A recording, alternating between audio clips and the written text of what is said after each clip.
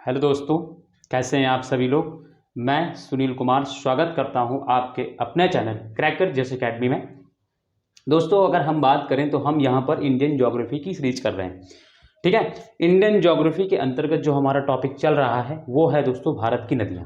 और आज भारत की नदियों से रिलेटेड लास्ट क्लास है।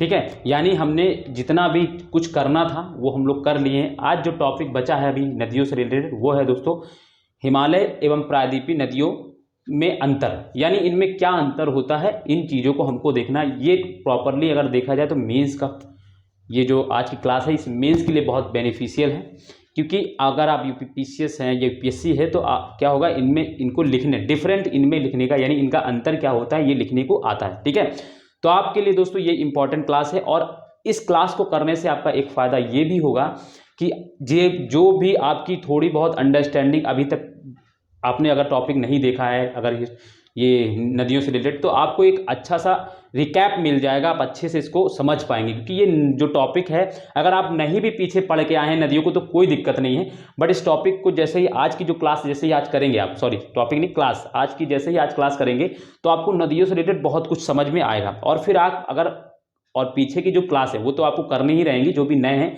जिन्होंने क्लास नहीं देखी है, क्योंकि अगर आप देखेंगे नहीं तो आपको बहुत सारे क्वेश्चन, जैसे मैं आपको बता दूं कि आप जब मेरी क्लास कर लेंगे तो आप मेरी क्लास करने के बाद जब आप पीवाईक्यू क्वेश्चन, यानी जो प्रीवियस क्वेश्चन पेपर पूछे गए हैं अभी तक किसी भी पेपर में, मैं ऑलरेडी यूपीपीसीएस को इंक्लूड, यूपीएससी यानी यूपीपीएससी को इंक्लूड करके कह रहा हूँ, आपको सारे क्वेश्चन मिल जाएंगे। ये मैं आपको इस चीज़ के लिए मैं आपको विश्वास दिला सकता हूँ। आप क्लास करने के बाद आप पीवाईक्यू देखेंगे तो आपको मिलेगा एक एक क्वेश्चन, ये मैं आपको गारंटी देता हूँ। ठीक है, तो आप इसके लिए निश्चिंत रहेंगे, कोई दिक्कत नहीं है।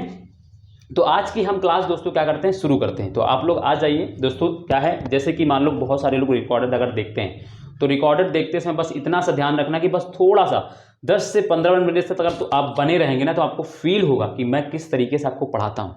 क्योंकि जब तक आप मेरी वीडियो देखेंगे नहीं तो आपको पता ही कैसे चलेगा कि मैं कैसा कंटेंट देता हूँ। आप ये मत सोचिए कि पता नहीं कैसे पढ़ाएंगे, आप बस थोड़ा, आपने अभी तक कितना भी दे दिया होगा यूट्यूब पे, बहुत सारे लोगों से पढ़ा होगा, मैं ऐसा नहीं कहता कि लोग अच्छे नहीं पढ़ाते, बट मेरे को बस आप 15 से 20 मिनट दे दीजिएगा, आपको मैं ज्योग्राफी में आपको समझा दूंगा कि कैसे पढ़ा जाता है। ठीक है, आज तो ऐसे टॉपिक्स हैं जो मैं आपको थोड़ा हो सकता है कि चीज़ें ना थोड़ा एक्सप्लेन कर पाऊँ, मगर आज एक्सप्लेन का मतलब ये नहीं कि मैं एक्सप्लेन नहीं कर पाऊँगा, मतलब ये है कि इसमें ज़्यादा कुछ बताने लायक नहीं रहता है। बट जब आप मेरी पीछे क्लास देखेंगे, इंडियन जो भी भौतिक विभाजन और भी सारी क्लासेस देखेंगे तो आपको बहुत ऐसा जानकारी मिलेगी जो शायद आपको कहीं पे ना मिले, और बहुत डिटेल से मैं कोर्स करा रहा हूँ। इस चीज़ की मैं निश्चिंत होकर आपको कह सकता हूँ, ये UPPCS UPSC pre cum mains को कवर करेगा। इंडिया में कोई भी पेपर होता है आपको हेल्प करेगा ये क्लास, ये मैं आपको बता रहा हूँ। ठीक है, तो चलिए हमारी आज का जो टॉपिक है, हम आज का अगर बात करें तो हम पढ़ेंगे हिमालय की, सॉरी हम अंतर देखने वाले हैं, यानी हिमालय तथा प्रायद्वीपीय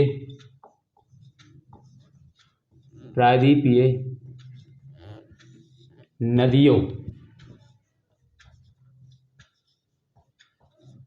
में भिन्नताएं बोलें, असमानताएं बोलें, में अंतर बोलें, जो भी आप अगर लिखना चाहें वो लिख लें। भिन्नताएं, असमानताएं, अंतर, ठीक है, अंतर, जो भी आप अपने में सुटेबल समझें आप लिख लें शब्द को। ठीक है, तो ये हम लोग आज पढ़ेंगे।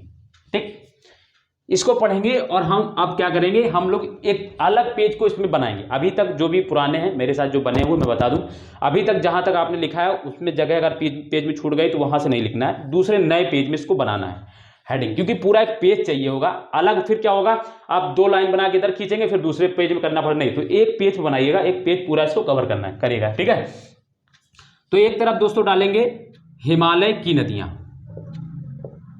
हिमालय की नदियां, ठीक है। सेकंड जो है वो होगा प्रायद्वीपीय नदियां, प्रायद्वीपीय पठार की नदियां, पठार की नदियां, ठीक है। और मैं आपको एक चीज बता दूं, मेरे साथ आप जब करेंगे क्लास तो देखो मैं आपको बता दूं मैं क्या करता हूं, आपको साथ साथ मेरे साथ साथ नोट्स बनाते चलना है, जो भी पुराने नए हैं उनको क्या करना है, मेरे साथ साथ जैसा मैं नोट्स बनाता हूँ आपको वैसा नोट्स बनाते चलना है। और मैं पहले एक पॉइंट आपको लिखाऊंगा, फिर उसको मैं समझाऊंगा। लिखाने के बाद जब मैं आपको समझा दूंगा तो वो पॉइंट आपको क्लियर हो जाएगा, ठीक है। तो मेरे साथ साथ आप लोग लिखते चलेंगे और बस लिखने के बाद फिर मैं आपको पॉइंट समझाऊंगा, आप आराम से उसको समझ लेंगे। थोड़ा तिरछा भाग गया क्या? ऐसा लग रहा है मुझे भी। चलो ठीक है, तो ये बात है। तो इसमें पहला पॉइंट क्या है, चलिए ठीक है लिखेंगे, हम लोग लिखते चलते हैं। पहला पॉइंट इसमें देखेंगे, पहला पॉइंट है हिमालय की नदियां, लिखेंगे फिर मैं समझा दूंगा। हिमालय की नदियां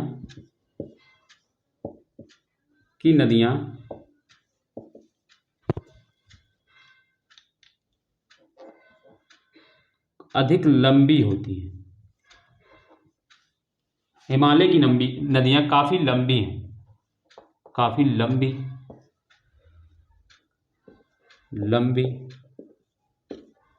होती हैं।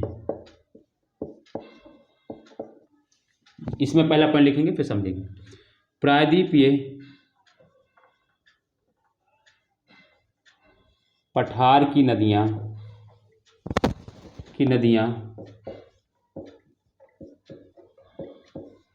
अपेक्षाकृत छोटी हैं, अपेक्षाकृत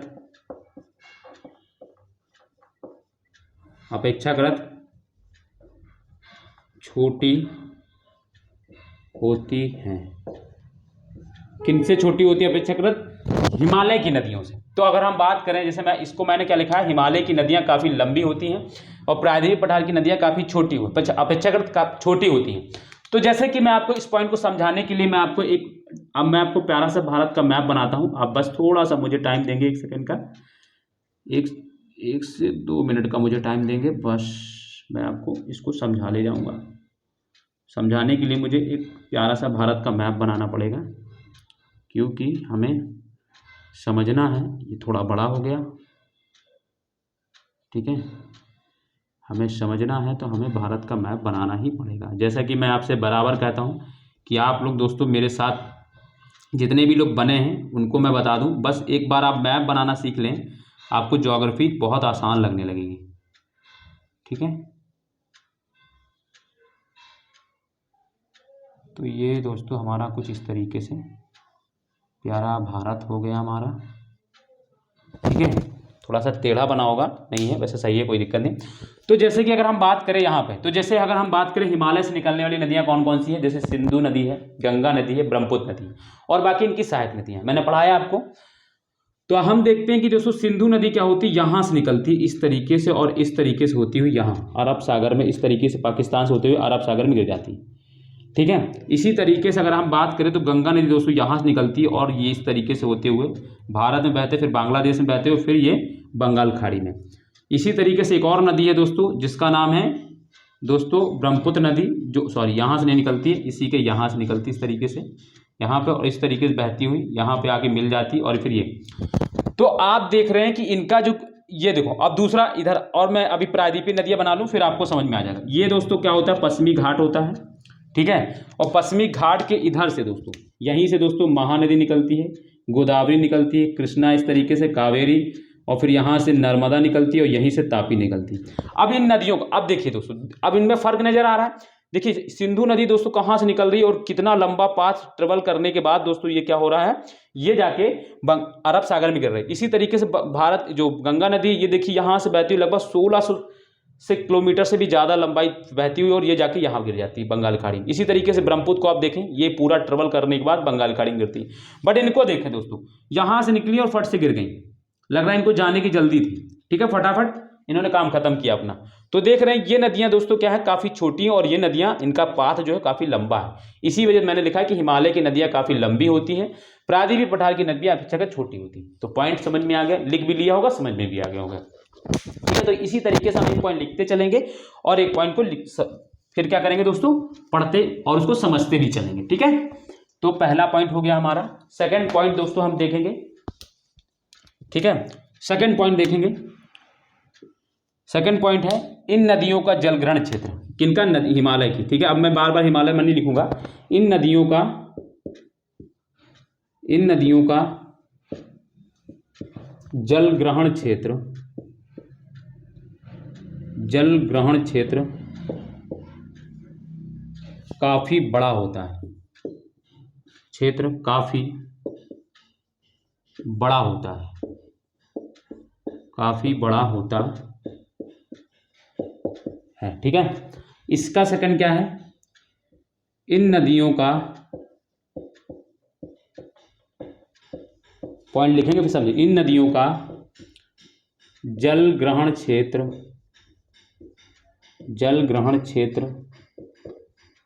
अपेक्षाकृत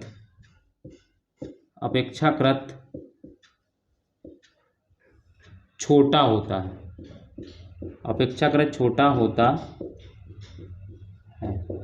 ठीक है, तो मैंने पॉइंट क्या लिखा है कि इन नदियों का जल ग्रहण क्षेत्र काफी बड़ा होता है, और इसका दूसरा यहाँ पे देखेंगे तो इन नदियों का जल ग्रहण क्षेत्र अपेक्षाकृत छोटा होता है।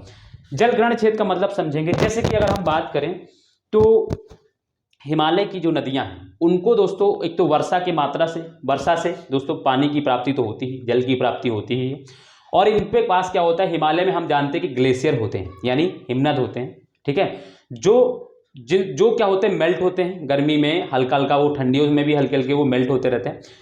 तो क्या होता है, जब वो मेल्ट होते हैं तो क्या होता है, उनसे पानी निकलता है, जो पानी निकल के दोस्तों क्या होता है, आकर नदियों में मिल जाता है। यानी उनका जो सोर्स है, नदियों का जो पानी का सोर्स, उनको दो तरीके से पानी प्राप्त हो रहा है। इसी वजह से उनका जो जल ग्रहण क्षेत्र होता है काफी बड़ा हो जाता है। ठीक है, यानी इसी वजह से उनका जो जल का एरिया है काफी बड़ा हो जाता है। बट इन नदियों को अगर हम बात करें, प्रायद्वीप की जो नदियां होती है, यहाँ पे कोई ग्लेशियर है नहीं, इनको सिर्फ वर्षा की मात्रा से पानी की प्राप्ति होती है।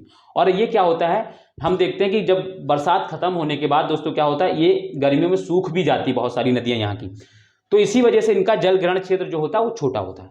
अब आपको पॉइंट समझ में आ गया होगा, मैंने थोड़ा एग्जाम उसको लेकर समझा दी। ठीक है, तो ये बात हो गई। थर्ड पॉइंट है, लिखेंगे इन नदियों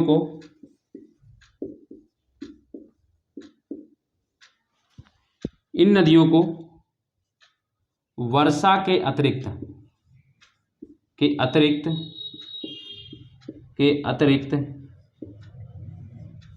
हिमनद यानी ग्लेशियर है ना, के अतिरिक्त हिमनद के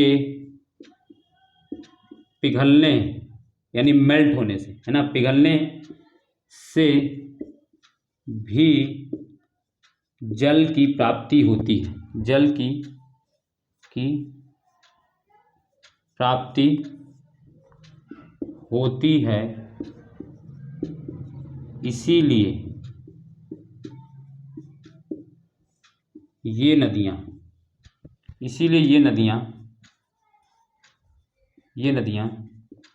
सदा नीरा होती, यानी सदा नीरा मतलब, सदा मतलब हमेशा, और नीरा मतलब जल, यानी इनमें हमेशा जल रहता है। ठीक है, सदा मतलब हमेशा और नीरा मतलब जल होता है, तो यानी इनमें हमेशा जल रहता है। क्यों? क्योंकि दोस्तों मान लो 4 महीने बरसात हुई, उसके बाद बरसात नहीं हुई, तो कोई बात नहीं, इनके पास ग्लेशियर्स तो हैं, ग्लेशियर के पिघलने से इनको क्या होगा, जल की मात्रा प्राप्त होगा। और क्या होता है, बरसात के बाद ठंड आता है, और ठंड के बाद दोस्तों देखते हैं कि क्या होता है, गर्मियों में सूर्य वैसे भी उत्तरायण में रहता है, ठीक है, जून तक, और इसके बाद दोस्तों ये पिघलता है, मेल्ट होते हैं, तो मेल्ट होने से दोस्तों क्या होता है, इनको जल की प्राप्ति होती है, इसी वजह से ये सदा नीरा, यानी इनको हमेशा इनमें पानी रहता है। ठीक है, बट इसमें देखेंगे इन नदियों को, कौन सी प्रायद्वीपीय नदी है ना, मैं बार बार नहीं लिख रहा हूं, यही लिख दूं, इन नदियों को केवल वर्षा से जल की प्राप्ति होती है, जल की प्राप्ति होती है। ठीक है, होती है,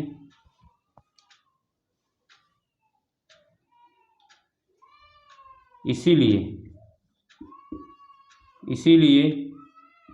ये नदियां मौसमी होती हैं। कैसी होती हैं? मौसमी होती हैं, मौसमी होती है। क्या होता है, इन नदियों को केवल वर्षा से जल की प्राप्ति होती है, इसीलिए ये नदियां मौसमी होती हैं। जब तक बारिश होगी, साल में 4 महीने बारिश होती है, अब तो बहुत कम होती है दोस्तों बारिश, है ना। अब तो अगर देखा जाए तो 1.5-2 महीने लगातार, अगर देखा जाए तो अगर सब दिन गिने जाए तो 1.5-2 महीने बारिश होती है। तो अगर हम बात करें लगभग 4 महीने, अगर वैसे मानसून के हिसाब से देखें तो लगभग 4 महीने मान लो बारिश होती है, उसके बाद पूरे 8 महीने सूख क्या होता है, बारिश नहीं होती। तो इनमें जब बरसात का मौसम रहता है तब इनमें बहुत ज़्यादा पानी की मात्रा रहती है, बट जैसे ही ये गर्मी का मौसम आता है दोस्तों, ये सूक्ष्म में गर्मी के मौसम ये नदियाँ, बहुत सारी नदियाँ सूख भी जाती हैं, ठीक है, इसीलिए इनको मौसमी नदियाँ बोला जाता है, ठीक है। तो ये पॉइंट तीसरा भी आपको समझ में आ गया होगा, ठीक।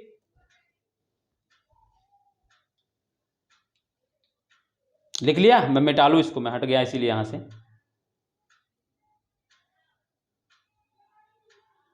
ठीक है। तो ये मैं अब मिटाल रहा हूँ तीसरा, के बाद अब मतलब आप लोग के पास जगह होगी, मुझे तो जगह नहीं है, तो मैं इसको मिटा रहा हूँ, ठीक है। चलिए इसमें नेक्स्ट पॉइंट लिखेंगे, इसको भी मिटा दूँ पहले, ठीक है। ये हो गया बात हमारी, बहुत आराम से दोस्तों पढ़ेंगे, आराम से किस चीज़ को समझते चलेंगे, आप लिख पाएंगे चीज़ें और आप कुछ समझ में आएगा, ये चीज़ क्वेश्चन आपसे हल होंगे, ये मेरा मकसद है। चौथा पॉइंट इसमें देखो लिखेंगे, तो चौथा पॉइंट लिखेंगे, हिमालय की नदियाँ, हिमालय की नदियाँ गहरे गहरे गॉर्ज बनाती हैं, गॉर्ज बनाती हैं। क्यों बनाती हैं तो बताता हूं क्यों बनाती, क्यों बनाती हैं, तो क्योंकि हिमालय नई अवसादी सैलों से बना है, अवसादी सैलों से बना है। अब उसमें भी लिख लेंगे, फिर मैं आपको बताता हूँ। पहला इसमें चौथा पॉइंट है, ये नदियाँ छिछली घाटियों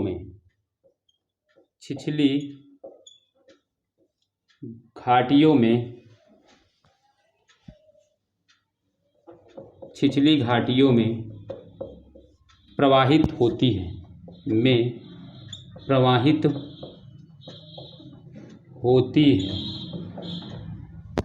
क्योंकि ये प्राचीन कठोर सैलों से प्रवाहित होती हैं,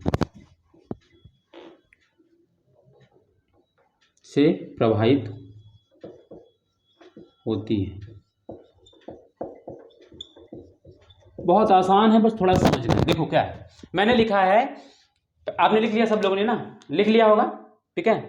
मैं 3 तक गिनता हूँ, 1 2 3, तो लिख लिया होगा। चलिए, हिमालय की नदियाँ गहरे गॉर्ज बनाती, ये तो मैं आपको पिछले कई दिनों, जब तक मैंने हिमालय पढ़ाया तब तक मैंने आपको 2 चीज़ें बताई हैं कि जो हिमालय की नदियाँ हैं, हिमालय की सारी नदियाँ नहीं, मतलब जो बड़ी नदियाँ हैं वो क्या करती हैं, गॉर्ज बनाती हैं, ठीक है। और दूसरा काम, एक काम और करती हैं कि ये जो होती है वो डेल्टा भी बनाती हैं, ठीक है। और इसी तरीके से मैंने आपको बताया, जब प्रायद्वीप पठार की जो नदियाँ होती हैं वो दोस्तों क्या होती है, वो उनके जो तट हैं, अगर आप पूर्व की तरफ बहने वाली नदियाँ देखेंगे, मैंने बहुत आराम से और बहुत डिस्क्राइब करके ये सारी चीज़ें पीछे क्लासेस में पढ़ाया है, आप जरूर पीछे क्लास देखेंगे। तो वहाँ पे क्या होता है, जैसे मैंने आपको बताया, जो पूर्व दिशा की ओर बहती नदियाँ, ठीक है, मैंने प्रायद्वीपीय पठार की नदियों को भी 2 पार्ट में बांट के पढ़ाया है, एक पूर्व दिशा की ओर बहने वाली नदियाँ, पश्चिम दिशा की ओर बहने वाली नदियाँ, ठीक है। तो जो पूर्व दिशा की ओर बहती हैं जो नदियाँ, वो क्या करती हैं दोस्तों, वो मैंने बताया था, वो दोस्तों डेल्टा बनाती हैं अपने किनारे तट पर, ठीक है। और जो पश्चिम दिशा की ओर बहने वाली नदियाँ, वो क्या करती, ज्वारमुख बनाती, ये मैंने आपको बताया, ठीक है। तो इसी तरीके जैसे आप बात करेंगे तो हिमालय की नदियाँ क्या होती, गहरे गॉर्ज बनाती। क्यों बनाती है, तो देखो इसका रीजन ये है क्योंकि हिमालय नई अवसादी सेलों से बना है, क्योंकि हिमालय जो बना है वो नई अवसादी सेलों से बना। नई अवसादी सेल का मतलब क्या है, अब यहाँ पे फिर से मुझे थोड़ा डिटेल्स में जाना पड़ेगा, बट मैं आपको शॉर्ट में बता देता हूँ। जैसे क्या है, हिमालय जो है, हिमालय को माना जाता है वो युवा पर्वत है, और युवा पर्वत मतलब क्या है, वो नई अवसादी सेलों से बना है और उसका निरंतर विस्तार हो रहा है, मतलब हिमालय का निरंतर विस्तार हो रहा है। ठीक है। और नई अवसादी सेलों से बना है, इसीलिए उनको काटने छाटने में हिमालय जो नदियां होती हैं उनको थोड़ा ज़्यादा मेहनत नहीं करना पड़ता है, ठीक है। तो उनको आराम से वो काट छाट लेती हैं और इस वजह से क्या करती है, आराम से बड़ा सा गार्ज बन जाता है। बट जो ये नदियाँ जो प्राचीन जो क्या कहते हैं प्रायद्वीपीय नदियाँ, ये पुरानी नदियाँ हैं।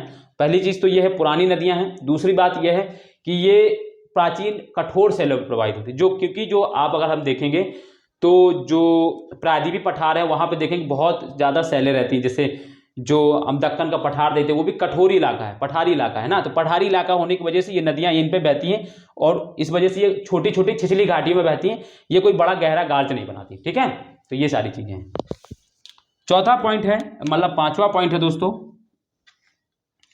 ये हो गया पांचवा पॉइंट है दोस्तों, ठीक है। अब देखो मैं एक चीज आपको एक बताता हूं। अब जैसे कि ये नदियां बहुत ज्यादा बड़ा गार्ज बनाएंगी, तो जब उस जगह को काटेंगी, जब उस जगह को मान लो बड़ा सा गार्ज बनाया, तो उस जगह को जब काटेंगी तो क्या होगा, जो कटा हुआ जो मिट्टी छिट्टी वो क्या होगा, नदी के साथ में जाएगा, नदी के साथ में जाएगा। तो इसका मतलब हम ये भी कह सकते हैं इस पॉइंट, इसके बाद एक पॉइंट 5 में लिख सकते हैं कि हिमालय की नदियों में अवसाद भार, यानी जो अवसाद जो होता है वो अधिक होता है ना। क्योंकि जब बड़ा सा गार्ज बना रही है तो उस गार्ज से बनाया जो हटा है मिट्टी, वो मिट्टी कहाँ जाएगा, तो मिट्टी नदी के साथ बहकर जाएगा। तो इसका मतलब है ये नदियां इन नदियों में क्या होता है, अवसाद भार अधिक होता है। तो यही पॉइंट मैं लिख रहा हूं, इन नदियों में अवसाद भार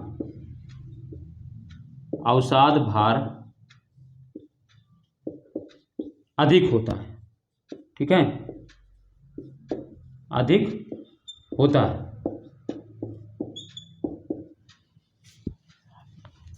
पांचवा लिखेंगे इसमें, इन नदियों में अवसाद भार कम होता है, इन नदियों में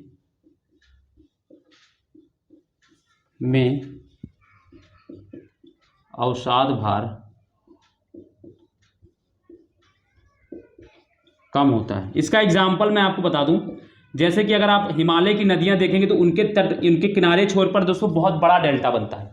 बट आप जब प्रायद्वीपीय पठार की नदियों को देखें तो छोटे छोटे डेल्टा बनाती है। क्यों, डेल्टा कैसे बनता है, जो हिमालय अपने साथ जो अवसाद लेकर नदियां जो है अपने साथ अवसाद लेकर आती है और वो अपने किनारे पर लास्ट में जाकर छोड़ देती, उसी से डेल्टा बनता है, उन्हीं अवसादों से। तो जब ये ज्यादा अवसाद लेकर आएंगी तो वो ज्यादा बड़ा डेल्टा बनाएंगी, ये जब कम अवसाद लेकर आएंगी तो ये छोटा डेल्टा बनाएंगी। तो वही चीजें हैं, ठीक है ना। तो इनका अवसाद भार अधिक होता है, ठीक। इसमें छठा पॉइंट, अब इसमें नेक्स्ट पॉइंट लिखेंगे, ये नदियां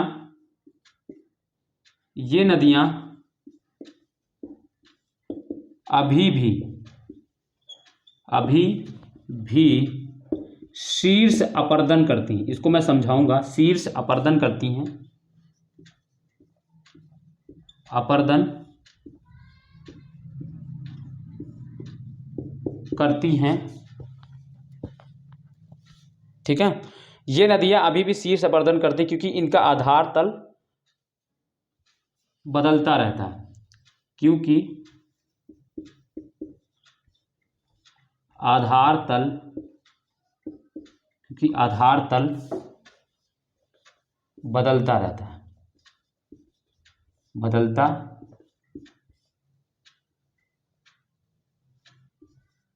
रहता है, ठीक है।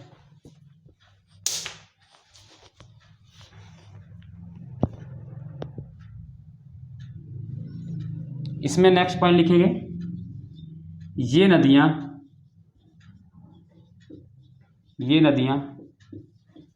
आधार तल को, अभी मैं समझा रहा हूं, इसको लिख ले पहले, आधार तल को प्राप्त कर चुकी हैं, आधार तल को प्राप्त वो लिख चुकी हैं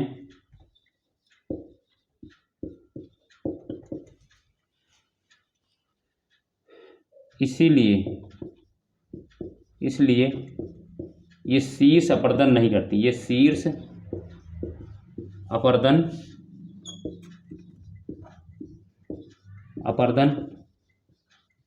नहीं करती है। इसको समझेंगे, देखो ये नदियां अभी भी शीर्ष अपरदन करती हैं क्योंकि आधार तल बदलता रहता है। रीजन ये है कि ये शीर्ष अपर्दन कैसे करेंगे। जैसे कि अगर हम बात करें, यहाँ थोड़ा सा आपको डायग्राम लेते हैं, क्योंकि ये नदियां बहुत ज़्यादा ऊंचाई से एक तो आ रही हैं, हिमालय बहुत ऊंचा है, दूसरी चीज जब ऊंचाई से आएंगी तो इनका जो जैसे ढाल प्रवणता है, जैसे कि मैं यहाँ पे एक छोटा सा डायग्राम बना के आपको दिखाऊं, कहाँ पे मेरे पास जगह भी नहीं है, तो मैं ये ऊपर का जो पॉइंट है वो मिटाल रहा हूँ, फिर मैं आपको समझा रहा हूँ, ऊपर वाला पॉइंट मिटाल रहा हूँ, और वैसे मुझे मिटालना ही है तो मैं इसको मिटाल के समझा रहा हूँ। देखेंगे जैसे कि हिमालय, दोस्तों देखते हैं कि हिमालय का जो ढाल है वो इस तरीके से है, इस तरीके से है, ठीक है। और प्रायद्वीपीय पठार का अगर आप ढाल देखेंगे तो वो इस तरीके से है नहीं ये, ठीक है। तो अब नदियां इधर से निकल रही इस तरीके से काट के गार्ज, और फिर ये ऐसे आ रही हैं, ठीक है। अब जब ऐसे आएंगी दोस्तों, ये तीव्र गति से आएंगी, तो तीव्र गति से जब कोई नदी आएगी नीचे तो क्या होगा, वो शीर्ष अपर्दन करेगी। जब उसमें स्पीड ज्यादा रहती है तो वो क्या करेगी, गहरा खुदाई करेगी, गहरे में खुदाई करेगी, ठीक है। और ठीक है, गहरे में खुदाई करते हुए ऐसे चलेगी, तो उसी को शीर्ष अपर्दन, यानी जो गहरे में खुद ऐसे ऐसे डाउनवर्ड जब इरोजन होता है, डाउनवर्ड जब इरोजन होता है तो उसको कहते हैं शीर्ष अपर्दन, ये करे। बट ये नदियां देखो इनकी स्पीड कम, तो अब जब ये स्पीड तल है ही नहीं, ये आधार तल को प्राप्त कर चुकी हैं, तो बात क्या हो गई, अब ये शीर्ष अपर्दन नहीं करेगी, अब ये साइड से सिर्फ करेंगी, यानी ये वर्टिकल तो वर्टिकल नहीं करेंगी, अब ये क्या करेंगे दोस्तों, हॉरिजॉन्टल, यानी ये साइड से काटेंगी। जैसे ये नदी बह रही है इस तरीके से, तो ये अपने साइड से चीजों को काटेंगी, साइड से काटेंगी, तो ये साइड से काट के ये मलमा अपने साथ आता है, वही चीज है।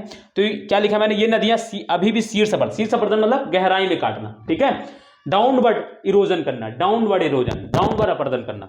बट ये जो नदियां होती वो आधार तल को ऑलरेडी प्राप्त कर चुकी, और इनका ढाल देखिए, प्रायद्वीप पठार का ढाल इस, तो ये क्या करती है, अपने साइड में काटती है, ठीक है। ये शीर्ष अपर्दन नहीं करती क्योंकि इनकी स्पीड कम रहेगी, जब स्पीड ही कम है तो वो क्या शीर्ष अपर्दन कैसे कर सकती है, ठीक है। तो ये भी पॉइंट आपको क्लियर है। चलिए फिर हम नेक्स्ट पॉइंट देखेंगे, ठीक है। इसमें एक पॉइंट लिखेंगे, मैं इसमें हालांकि जब नदियां पढ़ा रहा तब भी मैंने पढ़ाया है, इसमें दोनों में अंतर में वो लिख लीजिए। 6 हो गया, 7वां पॉइंट हो गया, हिमालय की नदियां, हिमालय की नदियां पूर्ववर्ती हैं, ये मैंने आपको पहले भी लिखाया चुका हूं, है ना, जब मैं आपको नदियां पढ़ा रहा था तब मैंने आपको बताया, ठीक है। तो पूर्ववर्ती हैं, और ये क्या होती हैं, प्रायद्वीपीय नदियां अनुवर्ती हैं, अनुवर्ती हैं। ये दोनों चीजें मैं आपको पहले ही बता चुका हूं जब मैं आपको प्रायद्वीपीय पठार नदियां पढ़ा रहा था, ठीक है। तो मैंने आपको ये सारी चीजें बताई हैं कि क्या होता है पूर्ववर्ती, ठीक है, और ये अनुवर्ती। ये बहुत प्राचीन नदियां हैं, ठीक है, एक तरीके से कह लो, और ये नई नदियां हैं, ठीक है। ये बहुत प्राचीन नदियां हैं और ये बहुत सारी, ये जो हिमालय की जो नदियां वो नई नदियां, ठीक है। तो ये मैं अंतर आपको ऑलरेडी बना चुका हूं, और इसमें ज़्यादा कुछ है नहीं, बस डायरेक्ट समझ लो कि हिमालय की नदियां पूर्ववर्ती नदियां मतलब क्या होता है, जैसे हिमालय है तो हिमालय की जो नदियां हैं वो हिमालय की उत्पत्ति से पहले से बह रही हैं। जैसे कि अगर हम बात करें, सिंधु है, गंगा है, ब्रह्मपुत्र, ये जो नदियां हैं ये हिमालय की उत्पत्ति से पहले भी हिमालय में भी क्या है दोस्तों, ये प्रवाहित हो रही थी, ठीक है, ये बह रही थी, ये मैंने आपको बताया भी। और ये जो प्रायद्वीप पठार की नदियां हैं, ये प्रायद्वीप का पठार इतना प्राचीन है, बहुत पुराना, पहले पठार बना है, प्राचीन का पठार बना है, फिर इसके बाद यानी ये जो पहले ये जो प्रायद्वीप पठार है पहले ये बना है, फिर इसके बाद नदियां आई, ठीक है, क्योंकि हिमालय का निर्माण प्रायद्वीप पठार के बाद हुआ, ये मैंने क्लास में आपको बताया है, तो इस वजह से ज्यादा टाइम नहीं खर्च करने वाला है, ठीक है। तो समझ में आ गया होगा। इसमें एक पॉइंट और लिखेंगे, और वो पॉइंट क्या है, क्या क्या मैं लिखा चुका हूं, जैसे कि अगर हम बात करें, हाँ, हिमालय की नदियां, हाँ ये तो मैं बता ही चुका हूं, हिमालय की नदियां विसर्प बनाती हैं, विसर्प का मतलब मियंडरिंग विसर्प बनाती हैं। मैं बताता हूं अभी कैसे विसर्प बनाती हैं, ठीक है। और ये नदियां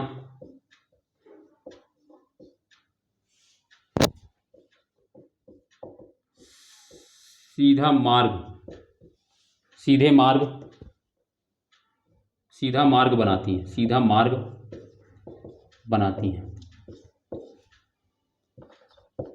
देखो ये समझेंगे विसर्ग क्या होता है। जैसे ये ऐसे चलती है नदियां, हिमालय की नदियां आप देखेंगे, आप इनका डायग्राम देखेंगे तो आपको ऐसे ही किसी भी चीज में आपको ऐसे सीधे नहीं मिलेगी बनी हुई नदी। हिमालय की नदियां, ये नदियां हमेशा आपको इसी इसी में अब आपको चित्र भी ढूंढेंगे ना तो आपको ऐसे ही बनाई हुई नदियां दिखाई पड़ेंगी। आप बनाते भी होंगे बचपन में ऐसे नदियां, ऐसे ही बनाते होंगे ऐसे करके, ठीक है, ऐसे बनाते होंगे बचपन में नदियां, हमेशा आपने ऐसे ही बनाई होंगी नदियां। मैं आपको इस चीज को आश्वासन, आपको ये सारी चीजें, और ऐसे बाग पे पानी बना देते होंगे, ठीक है, तो आपने हमेशा नदी ऐसे ही बनाई होगी।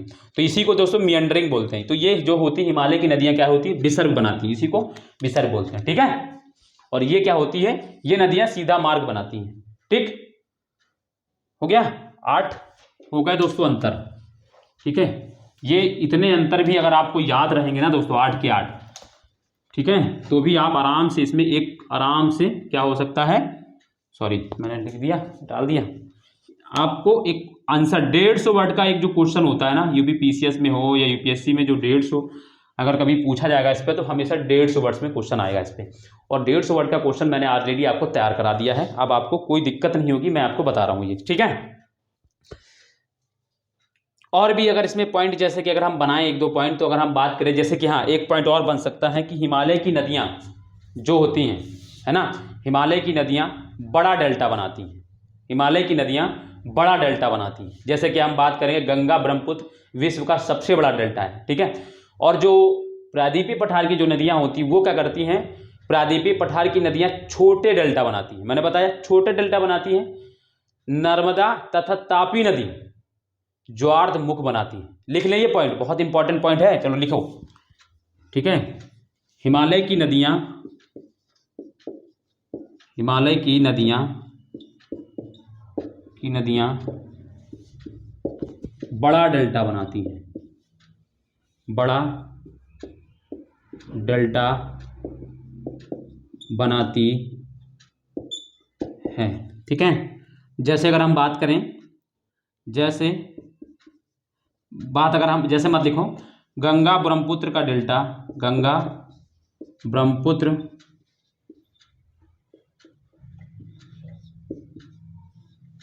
विश्व का, गंगा ब्रह्मपुत्र विश्व का सबसे बड़ा डेल्टा है, विश्व का सबसे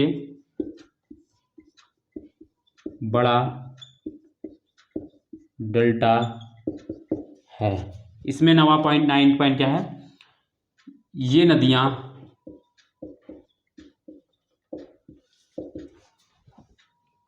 छोटा डेल्टा बनाती हैं, छोटा डेल्टा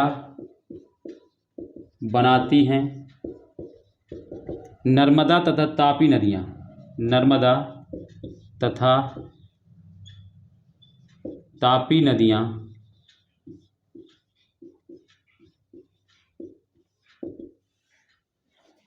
ज्वारनद मुख यानी एस्चुरीज बोलते हैं इसको, एस्चुरीज, ज्वारनद मुख बनाती हैं, ठीक है। तो ये भी एक इसमें डिफरेंट है दोनों में, एक तो ये छोटा डेल्टा बनाती है और दूसरा प्रायद्वीपीय, नर्मदा एवं तापी प्रायद्वीपीय नदियां तो हैं बट ये पश्चिम दिशा की ओर बहने वाली नदियां, ये मैंने बताया है और कल ही मैंने इसके ऊपर क्लास ली थी। तो और ये क्या बनाती है, ज्वारमुख बनाती है। और ये वाली नदियां जो होती है बड़ा डेल्टा बनाती है, जैसे मैंने आपको बताया गंगा ब्रह्मपुत्र का जो डेल्टा है बहुत बड़ा, विश्व का सबसे बड़ा डेल्टा है, ठीक है। तो ये हिमालय से निकलने वाली नदियों से बनाया जाता है, ठीक है। तो ये हो गया दोस्तों 9 पॉइंट हो गए, 9 पॉइंट आपको मैंने करा दिए हैं। और मुझे नहीं लगता अब इससे ज़्यादा आपको, बहुत मैंने लगभग 150 से ज़्यादा वर्ड्स में लिखवा दिया ये सारा चीज़ें, ठीक है। तो आपका एक जो मेंस का क्वेश्चन होता है वो आपका तैयार तो है ही। दूसरा यूपी पीसीएस या यूपीएससी प्री में भी इस तरीके से अगर असर्शन रीजनिंग में आंसर क्वेश्चन आता है, या जो आपको कह सकते हैं कि जो विकल्प बना कर पूछे जाते हैं जो क्वेश्चन है, तो आप जो रिवर्स से अगर थोड़ा पूछा जाएगा तो आप इन्हीं पॉइंटों से आप आराम से उसको देख सकते हैं, ठीक है। तो अब आज हम लोग मतलब इतना ही करेंगे, ठीक है। इससे आगे हम लोग अब कल करेंगे। कल का जो टॉपिक है, कल हम दोस्तों हम लोग झील शुरू करेंगे, नहीं झील नहीं, पहले कल हम क्या करते हैं, नदियों चल रही हैं तो नदियों से रिलेटेड जो मैंने आपको जैसे प्रॉमिस किया था कि हम क्या करेंगे, कल कल नहीं, कल तो संडे है, मतलब परसों, कल क्लास तो नहीं लगेगी, परसों करेंगे। तो परसों हम लोग करेंगे क्या कि हम लोग करेंगे क्या कहते हैं, जो यह क्या कहते हैं, नदियों पे बसे जो शहर हैं, मैंने बताया था आपको कि जो नदियों से बसे जो मुख्य शहर है, मैं आपको एक क्लास में आपको करा दूंगा। तो कल हम, मतलब कल नहीं, जब परसों क्लास होगी तब हम आपको वो कराएंगे, ठीक है। तो हम नेक्स्ट क्लास उसी चलेंगे और फिर इसके बाद फिर झील कर लेंगे। फिर क्या होगा, नदियों से रिलेटेड जो टॉपिक्स हैं वो सारे कवर्स हो जाएंगे, ठीक है। तो मैंने आपको जैसा बताया था। तो आज हम लोग यहीं तक रखते हैं और आई होप दोस्तों आपको वीडियो अच्छी लगी होगी, सेशन आपको अच्छा लगा होगा। और अगर सेशन अच्छा लगा है तो वीडियो को लाइक करें, कमेंट करें, और दोस्तों अभी तक जिन्होंने चैनल को सब्सक्राइब नहीं किया है वो चैनल को सब्सक्राइब भी कर लें। और आपको मैं देखो बता दूं, आप बिल्कुल बेझिझक होकर क्लास करिए, निश्चिंत होकर क्लास करिए। आप कोई भी अगर कुछ नहीं करना है, आपको बस मेरे साथ जैसा मैं लिखाता हूँ आपको वैसा लिखते चलना है, आपको बस रिवीजन करते चलना है। और आपको मुझ पे ट्रस्ट करने से ज़्यादा मैं आपको बता दूं, आपको क्या होता है, आजकल बच्चे इतने इनोसेंट होते हैं कि उनको थोड़ा सा मजे वाली चीज़ें, थोड़े आसान चीज़ें दे दो तो वो उनको लगता है कि यही सारी चीज़ें पेपर में आता है और वो खुश रहते हैं। दोस्तों मैं आपको बता दूं, आपको किसी पर ट्रस्ट करने से पहले आपको क्या है, आप अपने जिस चीज़ की आप तैयारी कर रहे हैं, आपको सबसे पहले क्या करना चाहिए, PYQ क्वेश्चन उठाने चाहिए और देखने चाहिए कि क्या जो वो एग्जामिनर जो या जिस टीचर से हम पढ़ रहे हैं उस टीचर के अकॉर्डिंग जो वो पढ़ा रहा है, क्या उससे क्वेश्चन हमें मिल रहे हैं कि नहीं मिल रहे हैं।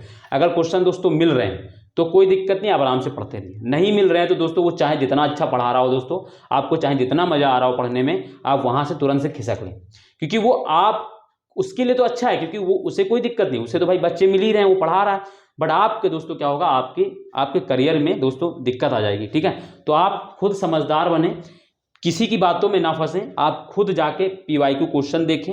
हाँ, इस टॉपिक को अगर हम पढ़े हैं, हमने इस टॉपिक से रिलेटेड अगर हमने पढ़ा है, तो अगर क्वेश्चन मिल रहे हैं तो ठीक है, कोई बात नहीं। और अगर आप UPSC की तैयारी कर रहे हैं तो अगर किसी को यूट्यूब पे देख भी रहे हैं तो आप फिर मेंस के भी मिलाइए, ऐसा नहीं कि PT के ही मिलाइए, मेंस के भी देखिए कि टॉपिक्स मिल रहे हैं कि नहीं मिल रहे हैं, क्वेश्चन मिल रहे हैं कि नहीं मिल रहे हैं। ये आपका काम होना चाहिए और ये आप खुद से करेंगे, ऐसा नहीं कि कोई आपको बताएगा। बट मैं आपको बता दे रहा हूँ कि आप किससे कैसे किसी भी टीचर को कैसे जज कर सकते हैं, वो कितना अच्छा पढ़ाता है, वो कैसी बातें करता है, कितनी मज़ा आता है पढ़ाते समय, बोर नहीं होने देता। ये सब फैक्टर आपके लिए मायने नहीं रहना चाहिए। फैक्टर मायने होना चाहिए दोस्तों कि वहाँ से क्वेश्चन मिल रहे हैं कि नहीं मिल रहे हैं, है ना। ये आपका मेन पर्पस होना चाहिए। तो आपको आज से ही आपको ये काम करना है, देखना है जहाँ जहाँ से आप चीज़ें पढ़ रहे हैं, जो भी सब्जेक्ट पढ़ रहे हैं, क्या वहाँ से क्वेश्चन आ रहे हैं कि नहीं आ रहे हैं। अगर नहीं आ रहे तो दोस्तों आप उसको छोड़ दें, तुरंत छोड़ दें, देर मत लगाएं, सोचे मत, लगाओ प्रेम भाव ये सब दूर रख के तैयारी करें कुछ टाइम के लिए, ठीक है। तो आपके लिए दोस्तों ये बेनिफिशियल रहेगा। मैं नहीं कहता कि दोस्तों आप मेरी ही क्लास देखें, आप मेरी क्लास देखेंगे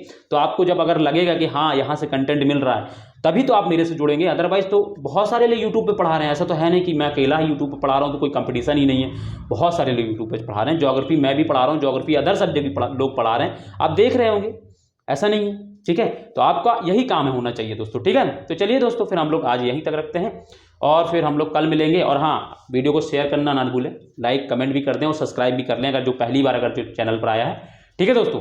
तो चलिए फिर, थैंक यू जुड़ने के लिए और फिर हम लोग कल मिलेंगे। तब तक के लिए अपना ध्यान रखिए, बाय, नमस्ते, जय हिंद दोस्तों।